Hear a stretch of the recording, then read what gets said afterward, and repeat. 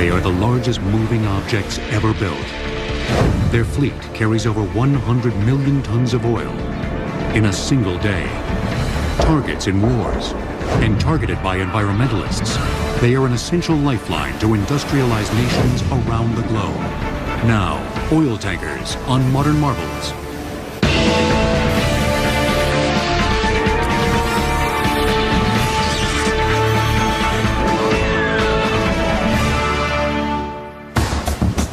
Longer than most skyscrapers are tall.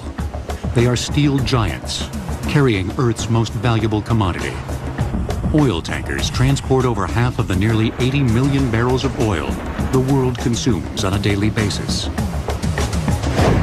In an oil-dependent world, no nation consumes more than the United States. But America only produces about 1/3 of its needed supply. The rest must be imported from thousands of miles away. Regretfully, oil is found in some locations that are a great distance from markets such as the United States and in Europe. The only way to move that is either by ship or by pipeline. Oil tankers come in a range of sizes and are classified by their DWT, or dead weight tonnage, which is a tanker's weight when fully loaded. The 5 dominant classes are named Panamax, Aframax, Suezmax, Very Large Crude Carriers, or VLCCs, and Ultra-Large Crude Carriers, or ULCCs. The latter two are more commonly referred to as supertankers. In some cases, a tanker's classification name also specifies the region in which it can safely operate when fully loaded. For example, a Panamax is the largest tanker that can pass through the Panama Canal. A Suezmax is the maximum size tanker that is permitted to transit the Suez Canal. Larger tankers, such as supertankers, have drafts that are too deep and must use alternative waterways. Although oil tankers come in a variety of sizes, they're all built for one singular purpose: to carry oil. Lots and lots of oil. And this lone intent is reflected in the tanker's design. Beneath the steel skin of an oil tanker are a series of tanks subdivided by bulkheads. In a large-sized tanker, tanks are generally divided into 3 compartments that extend the width of the hull, and as many as 40 compartments that extend the length of the hull. The reason for doing that is to prevent the cargo sloshing and to provide stability. I think often the easy way of explaining it is if you were to carry a large bowl of water, I think one becomes very conscious of the fact that it's difficult to maintain the stability. If you can subdivide it by putting in divisions, it makes it a much more stable cargo. After the cargo tanks, at the stern of the ship, is a lone tower known as the superstructure, which houses all the necessary control rooms and crew accommodations. The remainder of a tanker's deck is an array of pipes used to transport oil, either into or out of the tank compartments below. As soon as an oil tanker leaves port, it becomes an entirely self-sufficient floating city, capable of producing all of its own electricity. They have huge generating units and generate electricity to not only keep the cargo contained and heated, but also to heat the ship and to run the equipment. They're very large power plants moving across the ocean. And the larger the tanker, the more easily it can slip through the water.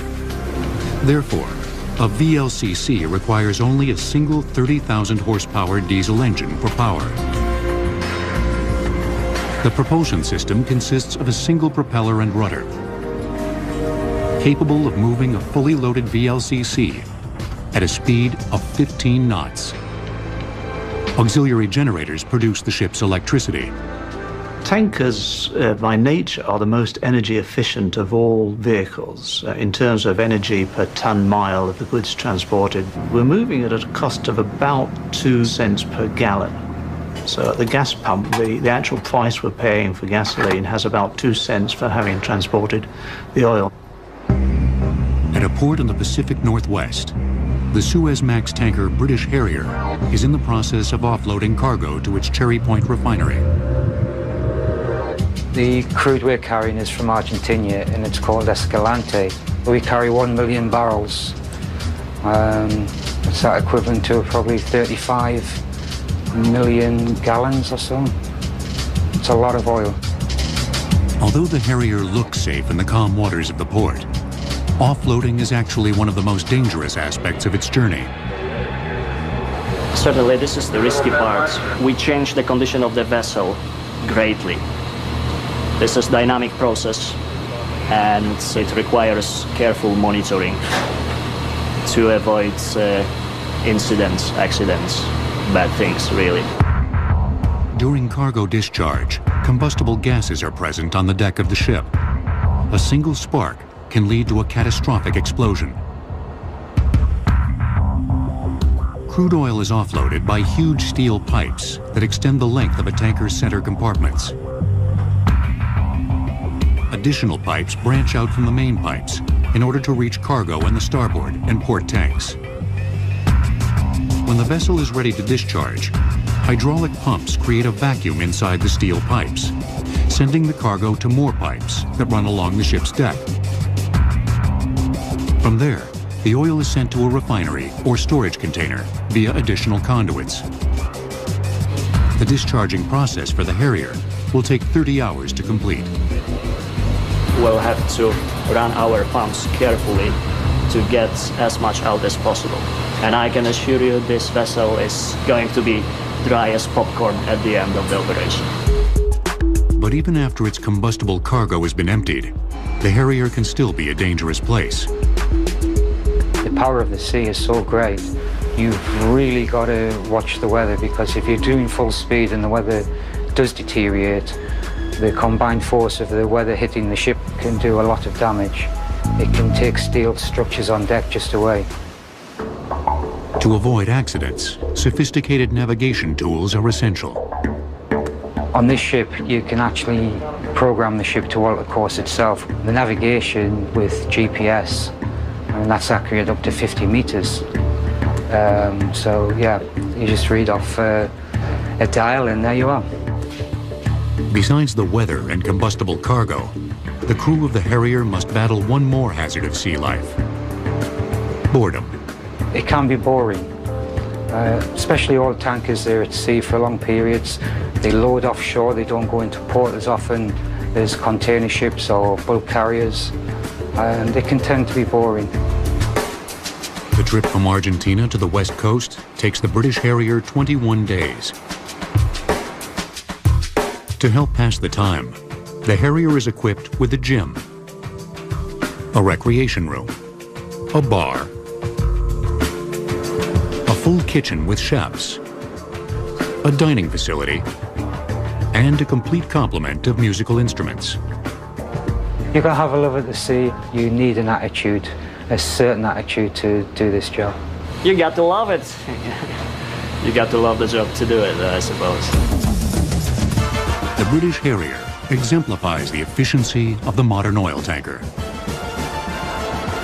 But achieving this level of efficiency took the industry over 100 years and 2 world wars. With a deadweight tonnage of more than 564,000, the Yari Viking is the world's largest oil tanker. Measuring 1,504 feet in length, she is over 250 feet longer than the Empire State Building is tall. Oil tankers will return on Modern Marvels. Today's global tanker fleet provides an essential lifeline to the industrialized nations of the world. But transferring oil by ship isn't new. Its history dates back thousands of years, when the Greeks, Romans, and Phoenicians transported oil across the Mediterranean Sea. No, not petroleum oil, olive oil. Like petroleum oil, olive oil was the most important commodity of its day, and it commonly served as the financial backbone for an exporting nation's economy. Wood ships fitted with multiple sails were built to reach trading posts throughout the Mediterranean. Instead of transporting the oil inside the hull of the ship, the cargo was stored in baked clay amphorae. During the Middle Ages, ship trading expanded as it became cheaper and safer to traverse the world's oceans and seas. In the centuries that followed, the developments of ocean-going warships and efficient merchant carriers also led to a rapid expansion of commerce. But it was the 1859 discovery of oil by Edwin Drake in Titusville, Pennsylvania, that would bring overseas shipping to new levels of prosperity. 2 years after striking black gold, 3 million barrels of oil were being pumped each year in Titusville, with the majority of it being refined into kerosene. Coined the new illuminant, kerosene created a demand that stretched across the Atlantic to an oil-thirsty European continent. In November of 1861, the Elizabeth Watts made the first transatlantic shipment of oil from Philadelphia to London. Storing the cargo in wooden barrels, the double-masted 224-ton wood ship carried 1,329 barrels of oil on her maiden voyage. And those barrels had value, so that having reached their destination, they were emptied and were then shipped back empty. So at the time, it was considered an efficient system, but shipping back empty barrels was not efficient. The barrels, which each held 42 U.S. gallons, accounted for up to a fifth of the ship's actual cargo weight. In 1886, British shipbuilders improved on the inefficient barrel with what most consider to be the world's first modern oil tanker, the iron and steel constructed Glukov. That ship utilized the hull of the vessel as the containment system. It was able to carry a larger cargo, steam-powered, wasn't so dependent on the weather, and it meant that one could actually organize the transportation on a more regular basis. The Glukov could travel at a rate of 9 knots, holding 3,020 tons of oil in 8 storage tanks that were subdivided by a series of vertical and horizontal bulkheads. Oil was pumped into the cargo tanks from shore and was protected from leakage by boiler-riveted steel plating that also formed the outer wall of the tanks. To further maximize the amount of oil that she could carry, the ship's cumbersome engine was moved from middle to far aft. The bridge tower and officers' quarters were relocated to the middle, and the smokestack and crew's quarters placed at the stern. The bow of the ship was home to a raised forecastle that protected her against rough seas and provided storage for supplies. The Glukov's distinct 3-island structure became the standard for tanker design for more than 60 years. In the early 1900s, the world's deep-sea tanker fleet numbered 145 ships, with trading between the United States and Europe reaching 2.3 million tons of crude a year. The largest tankers in the fleet had a cargo capacity of 12,000 tons, nearly 4 times that of the Glukov. But this increase in tanker size began to compromise their seaworthiness. Sir Joseph Isherwood came up with a solution in 1906. When the ship's going through the waves, it's moving up and down and bending in a longitudinal way. And the Isherwood system was developed to provide some longitudinal rigidity to help the vessel in terms of its bending. Before the Isherwood design, ships were built using numerous transverse frames, which formed the ribs of the ship. In Isherwood's design, the ship's frames ran fore and aft, along the length of the ship, parallel to the keel. The frames were then connected to the keel by vertical bulkheads, which also divided the tanks. By 1914, 276 ships had incorporated the Isherwood design. The Isherwood system has been refined and modified, but it is still the underlying system that is employed in the construction of ships. The design system for the modern oil tanker had been achieved. But the onset of the First World War would bring about a new breed of tanker for the military, called an oiler, and a new method of transferring oil, known as underway replenishment. The tanker is a ship that's able to carry petroleum or water or some other liquid substance from point A to point B. An oiler can do that, but it also can do what the Navy calls underway replenishment, whereby it can refuel other ships while sailing across the ocean. In World War I, the strategy of the German Navy focused on Britain's dependence on oil imports to fuel its war campaign. Germany's new weapon, the U-boat, set up a blockade in the North Atlantic to cut off Britain's oil supply. When the U.S. entered the war in 1917, the Royal Navy was limited to a 10-week supply of oil. With little time to spare, the U.S. Navy sent a fleet of destroyers to assist the embattled British fleet. These destroyers had a very limited range. They could just barely make it across the Atlantic. To ensure that they wouldn't have any problems, the Navy arranged to have them be refueled in mid-ocean by one of the Navy's oilers. Before the Forte has the heated steering wheel? Oh, I know. Can I get us over there, Grill Master? Yeah, no problem. Good, buddy? No problem. Hey, can I have a drink? Sure. Taking that one too? Yeah. Sweetie beverage?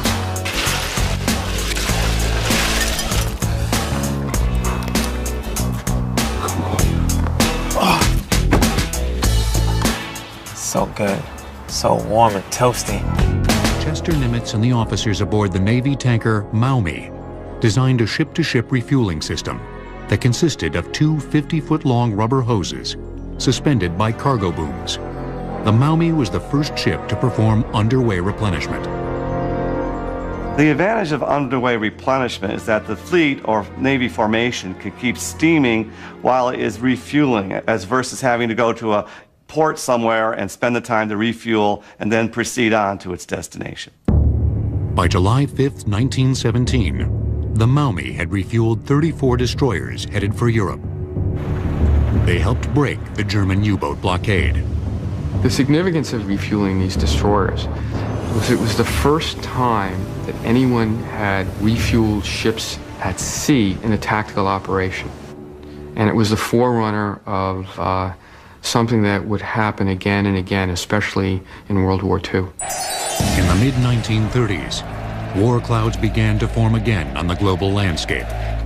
The United States military was quick to realize that if a Second World War were to erupt, it would be a fully mechanized conflict, and tremendous amounts of oil would be needed to ensure victory. The Navy laid out a very detailed structural plan on how the Navy was going to get from the west coast of the United States to the Far East to be able to engage its main enemy, which it felt was Japan. So it knew in the interwar years that refueling at sea would become a critical element of this. The Navy needed a fleet oiler in a hurry and looked towards the commercial tanker industry for assistance. In 1939, the Navy purchased the 553-foot tanker Cimarron from the Standard Oil Company.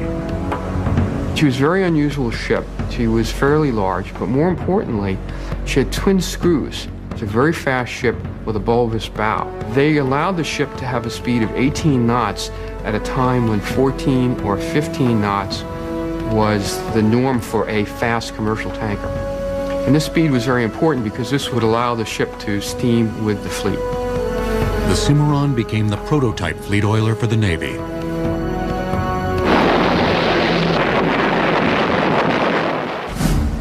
When the U.S. entered the war after the bombing of Pearl Harbor, the Cimarron class quickly distinguished itself in the battle for the Pacific. The real significance of the Cimarron class was that it permitted the United States to conduct the famous carrier raids that we're all familiar with. It's a little known fact that every one of those raids was accompanied by an oiler. And this was because the destroyers all had to be refueled at sea because they had limited range vessels. In addition to refueling at sea, the U.S. military needed to transfer millions of gallons of oil to the thousands of tanks, trucks, and planes that would be needed in Europe and along the Pacific fronts. Tankers were always a prime target of U-boats because they're important ships. Their cargo was important. So whenever a submarine saw a tanker, it would always go after it. The Allied forces were faced with the challenge of building tankers faster than the Axis powers could sink them. Their answer was the T-2 tanker. It was a standard design which allowed the ships to be built very quickly. They actually would construct segments on shore and then bring them to the building yard. And each time they built a tanker, they learned how to build it faster or quicker. About 525 of them were built throughout the war. They could do about 15 knots. They could carry all forms of petroleum. They were very instrumental in being able to support our forces overseas with large amounts of petroleum products. By the end of the war, the Navy's oilers and tankers have provided an invaluable lifeline of fuel to the Allied forces.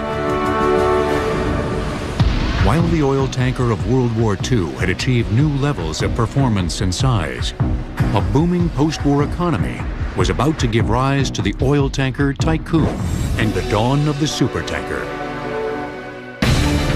During the invasion of Okinawa in World War II, oilers delivered over 10 million barrels of fuel oil to the fleet at sea by underway replenishment. Oil tankers will return on Modern Marvels. The end of World War II marked the beginning of unprecedented growth for the United States economy. Post-war Americans wanted to drive fast and travel far. By the early 1950s, American imports of petroleum products exceeded exports for the first time. Oil companies and ambitious entrepreneurs were eager to feed America's high demand for oil and took advantage of a unique opportunity. After the Second World War, the U.S. government has over 600 tankers of all sorts. The American oil companies put pressure upon the U.S. government to sell off these surplus T-2 tankers. So for about 4 years, the United States sells over 400 of these 600 tankers to American and foreign oil companies. Many of the T-2 tankers were retrofitted by their new owners so that they could carry more cargo. Using a process called jumboizing, the ships were cut in half, and an extra section was added to the middle, thus doubling the tanker's storage capacity. The 1950s also saw a trio of independent shipping tycoons begin to stake their claim in the burgeoning oil trade. Greek shipping magnates Aristotle Onassis and Stavros Niarchos joined American Daniel Ludwig in an unofficial competition over who could lay claim to the title of owner of the world's largest tanker. The competition that existed between the various independent owners was just probably as much ego as it was economics of the day. There was a lot of status carrying, I now have the world's largest tanker. American ship owner Daniel Ludwig chose to go overseas to the Kure shipyards in Japan to build his tanker fleet. That was a surprise to the industry worldwide, because historically the ships were either built in Europe or they were built in the United States. And all of a sudden Japan came in as a third competitor. In Japan, Ludwig found a country desperate for industry and a highly skilled workforce with a proud tradition in shipbuilding. As Ludwig began to build his tanker fleet, Greek shipowner Aristotle Onassis grabbed the title of world's largest tanker owner with the launching of the Tina Onassis in 1952. His Greek rival, Stavros Niarchos, bested him in 1955 with the 47,000 deadweight ton vessel, Spiros Niarchos. But it was political instability in the Middle East that would bring tanker tonnage to unprecedented levels. The Suez Canal, which links the Mediterranean Sea with the Red Sea, provides the shortest shipping route from the oil-rich Middle East to ports in Europe and the United States. In 1956, Egypt nationalized the previously unrestricted passageway. Israel, which relied heavily on the canal for trade, considered this a threat. Joined by Britain and France, Israel declared war on Egypt. The conflict left ships scuttled along the vital waterway, and the canal was closed. Ultimately, the United Nations settled the conflict, and the canal was reopened. But the tanker industry felt it could no longer rely on the political instability of the passageway. There was a realization that the oil that was moving from the Middle East to Europe, to the United States, had to come around South Africa, around the Cape. The route around the Cape of Good Hope and then north to Europe or the US added as much as 11,000 miles round trip to a tanker's voyage. To maintain the normal flow of crude to both continents, tanker tonnage had to increase by nearly 100%. The industry was left with two alternatives: either build a large fleet of small vessels or a small fleet of large vessels. The decision came down to the economics of scale. If you had a box 10 foot by 10 foot by 10 foot, there is let's call it feet. There's 1,000 feet within that box. If you go 20, 20, and 20, it is 8 times the volume. So it's not linear. By just doubling the size, you create huge amount of volume. And there was a rush to build a lot of large tankers, super tankers at that time. A large part of the industry said this is the future. After the closure of the Suez Canal, Daniel Ludwig set the maritime world abuzz by breaking the 100,000 deadweight ton barrier with the launching of the Universe Apollo. The supertanker was born. Around this same time, a dramatic change began to take place in tanker design. The three-tower arrangement that originated with the Glukov was combined into one superstructure, placed at the stern, leaving the entire forward hull for tank space. As maritime engineers began to transform the tanker's design, deadweight tonnage barriers continued to fall. In 1966, the Idemitsu Maru became the first tanker to eclipse 200,000 deadweight tons, becoming the first VLCC, or Very Large Crude Carrier. Just 1 year later, the Suez Canal closed again, this time for 8 years. The industry's gamble in building supertankers had paid off. And Daniel Ludwig was ready to push the envelope of size even farther. In 1967, he unveiled the 300,000 deadweight ton Universe Ireland. Ludwig had once again established a new record in tanker tonnage. The Universe Ireland became the first ULCC, or ultra-large crude carrier. Ludwig's landmark achievements, breaking the 100 and 300,000 tonnage barriers, gave him the recognition among his peers as the father of the supertanker. But for the United States, the world's largest importer of oil, the draft of a fully loaded supertanker posed a large problem. None of the ports could handle a ship of that draft. So what we find happening still today in the United States is these larger crude carriers come in, they stay offshore 20, 30 miles, and they actually do what we call lightering, which is take the oil from the large ship and actually put it on a smaller ship, which does have the draft to allow it to go into these ports. Lightering typically takes place while both ships are underway. Maneuvering the smaller ship alongside the larger tanker can be dangerous. This is a lightering fender. What we use them for is to keep the two ships that are lightering from coming in contact with each other. As you can imagine, the size of these is tremendous because there's tremendous forces involved in bringing two full-size tankers together that are carrying perhaps 300,000 tons of cargo each. We don't want them coming into contact at sea. With the fenders in place, the ships are moored alongside each other. After checking to make sure the tankers are secured, rubber hoses measuring up to 90 feet in length are transferred over to the lightering vessel. Typically, cargo is offloaded using a 250 psi pump, which can transfer oil at a rate of 30,000 barrels an hour. By the 1970s, the growth of the tanker industry appeared limitless. But this burst of growth would soon be stunted by a series of supertanker explosions, and several devastating oil spills. A fully loaded supertanker traveling at a speed of 16 knots needs up to 20 minutes to stop. Our new Forte has the heated steering wheel. Oh, I know. Can I get a soda there, Grill Master? Yeah, no problem. Good, buddy? No problem. Hey, can I have a drink? Sure. Chicken and one too? Yeah. Sweetie beverage?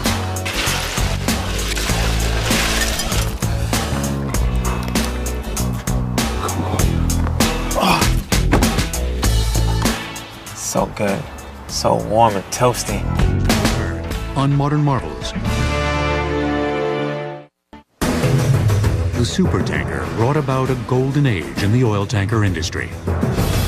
But starting in 1969, a series of accidents placed the industry under scrutiny. In a very short period of time, there were 3 major tanker explosions. That led to immediate concern. The entire concept of the tanker was in jeopardy, as speculation rose that tankers might be floating time bombs, capable of igniting without a moment's notice. An investigation into the accidents found that each explosion had occurred during the washing of the vessel's cargo tanks. When you drain the cargo tanks of the oil, there's always a residual buildup on the inside of these tanks. So what we use is a high-pressure washing system. It's automatic within the tank, and when you induce oxygen through this spraying system, you've got a combustion potential. And the velocity of that spray system actually picked up static electricity. When it hit the sidewall, it created a spark, and the vapors coming off ignited.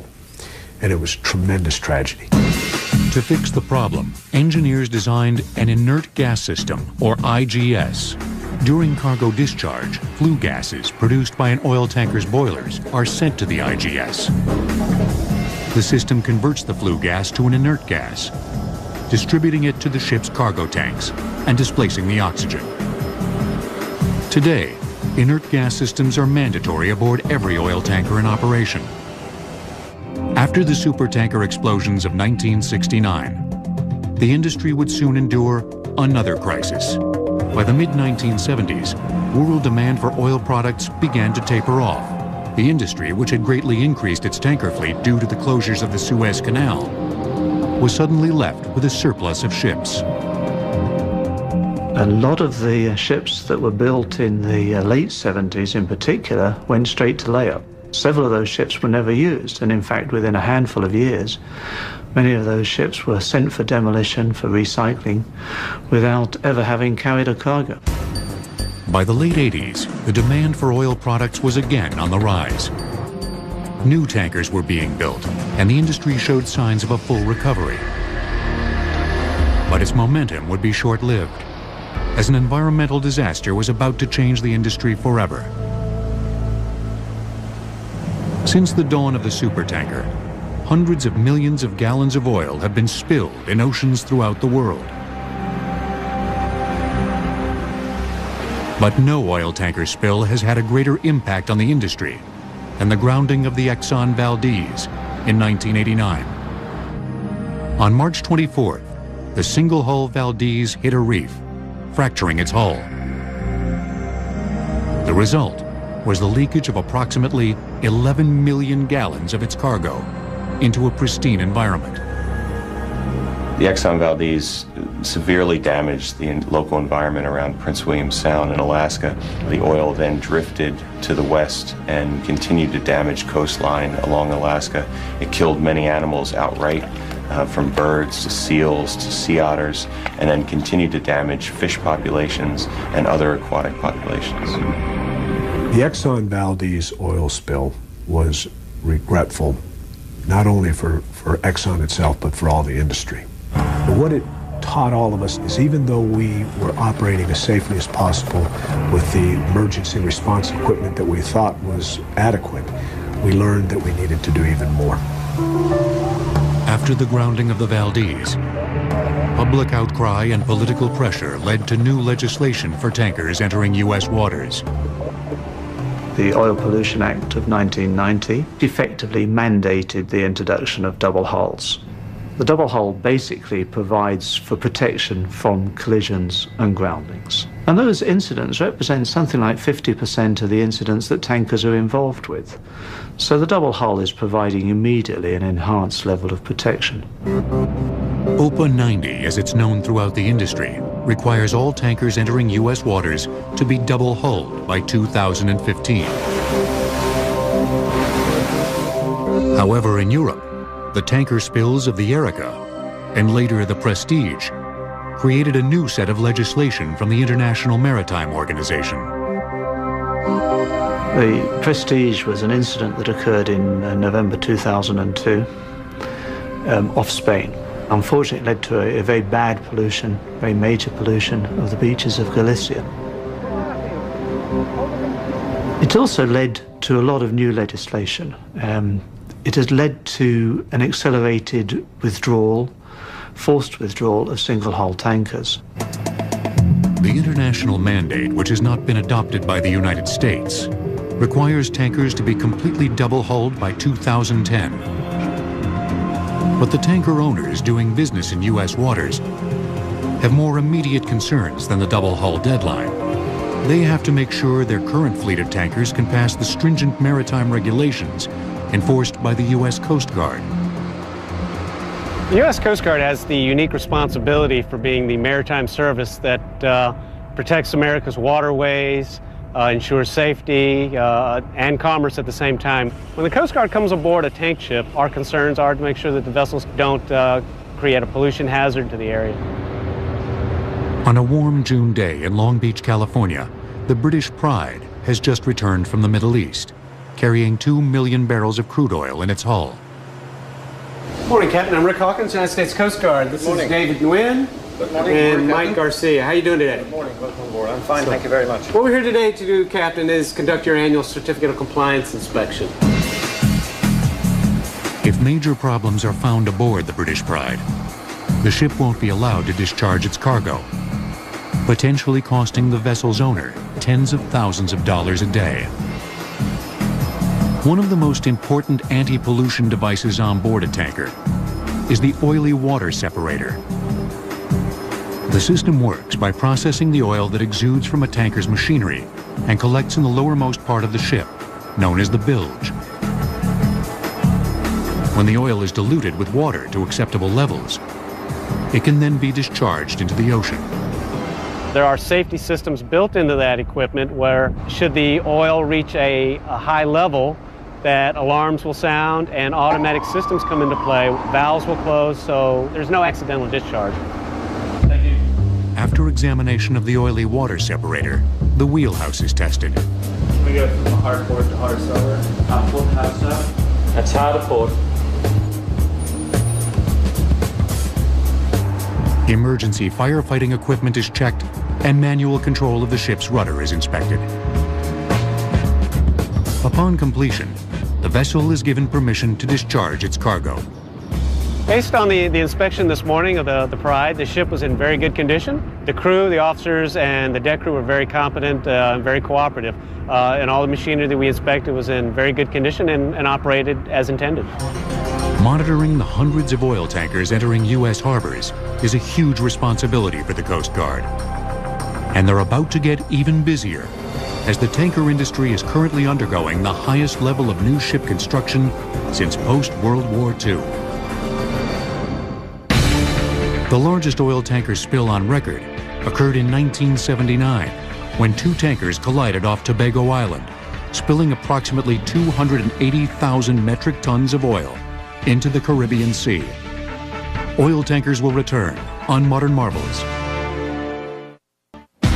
At the National Steel and Shipbuilding Company in San Diego, California, BP is building 4 new Alaskan oil tankers to meet the OPA 90 deadline of 2015. At 185,000 deadweight tons, each ship consists of 34,000 tons of steel and requires 106,000 gallons of paint. But what is unique about these ships is a redundancy system that ensures a level of safety far beyond the requirements of OPA 90. We call it double-double. It's double hull, double engine, double propeller, double everything. And they're designed to enhance the safety of transporting oil out of Alaska waters. If the engine were to fail, the other one could operate independently and propel that ship. The same with the rudder. If you were to lock your rudder in and you couldn't move that rudder, you could actually shut down that engine and operate off of a separate propulsion system. The rebuilding of BP's tanker fleet won't come cheap, as each Alaskan tanker will cost nearly $250 million. But BP has found at least one way to help offset the cost. Oil tankers reserve several tank compartments to store seawater. This is used to ballast the ship after cargo is discharged. If you take a simple idea of an outer wall and an inner wall that we now call the double hull, you can use that space for ballast. When you do, you can use more of the internal tanks to carry more product, crude oil or gasoline or whatever you may be transporting. You actually get more efficient use of the space. The Alaska Frontier will be the first of BP's new Alaskan-class oil tankers to begin service. I name the Alaskan Frontier. When the Alaska Frontier sails, it will be the safest tanker sailing in U.S. waters. However, BP isn't the only company that is undergoing a massive rebuilding of its tanker fleet. New legislation has brought about the highest level of tanker construction since post-World War II. The reason is the industry, ahead of the deadline, is beginning to build their double-hull tankers around the world. By 2010, which is still 5 years before the requirement for all double-hull, approximately 85% of the world's oil tanker fleet will be double-hulled. Addicted to oil. While renewable energies are being developed, their evolution remains slow, and the world's demand for oil continues to increase. But oil is a non-renewable resource, and its supply will one day be exhausted. Today we're talking about oil being available certainly for another handful of decades, 20, 30, 40, 50 as routinely talked about. So for the tanker owner, there is not a real concern today that the world is about to stop shipping oil. In parallel with the exploration of oil and the utilization of oil, gas is becoming a substitute in many cases for oil. It is the growth industry in terms of an energy source. It's cleaner, it burns more efficiently, and it has a huge role to play in reducing greenhouse gases and emissions around the world. Transporting natural gas to the United States will be the job of the LNG, or liquid natural gas tanker. LNGs store the gas in liquid state by cooling it to a temperature of -256 degrees Fahrenheit. In addition to their more environmentally friendly cargo, LNGs are less polluting than oil tankers, using mainly natural gas for propulsion. And at 900 feet in length, with a draft of 36 feet, LNGs can enter ports that would be restricted to most large-sized oil tankers. While the current LNG fleet numbers just under 200, that number is expected to increase in the coming years. Some reports suggest that by 2050 there will be as many LNG carriers, 450, 500, as there are very large crude carriers, oil carriers today. Although oil tankers remain the most important energy lifeline to the world, the increase of the LNG fleet signals that its tenure of dominance is limited. Declining oil reserves combined with a global increase in energy consumption will inevitably force the proliferation of alternative fuels. As alternatives emerge, as we start to develop other ways to get around in our cars, hopefully tankers will become obsolete, hopefully refineries will become obsolete, and we will get off of our oil addiction. But the footprint left behind by these steel giants will endure for generations to come.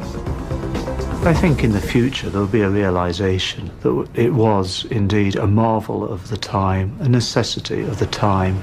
It's an industry that continuously improved, that used innovative techniques to make the movement of hydrocarbons even safer, that supplied much needed energy to places that before ships were built the way they are, we couldn't get the energy to them. The oil tanker will forever be linked to the spectacular growth of the petroleum industry. It will serve as a reminder of a time when nations depended on oil from thousands of miles away to power the industrialized world.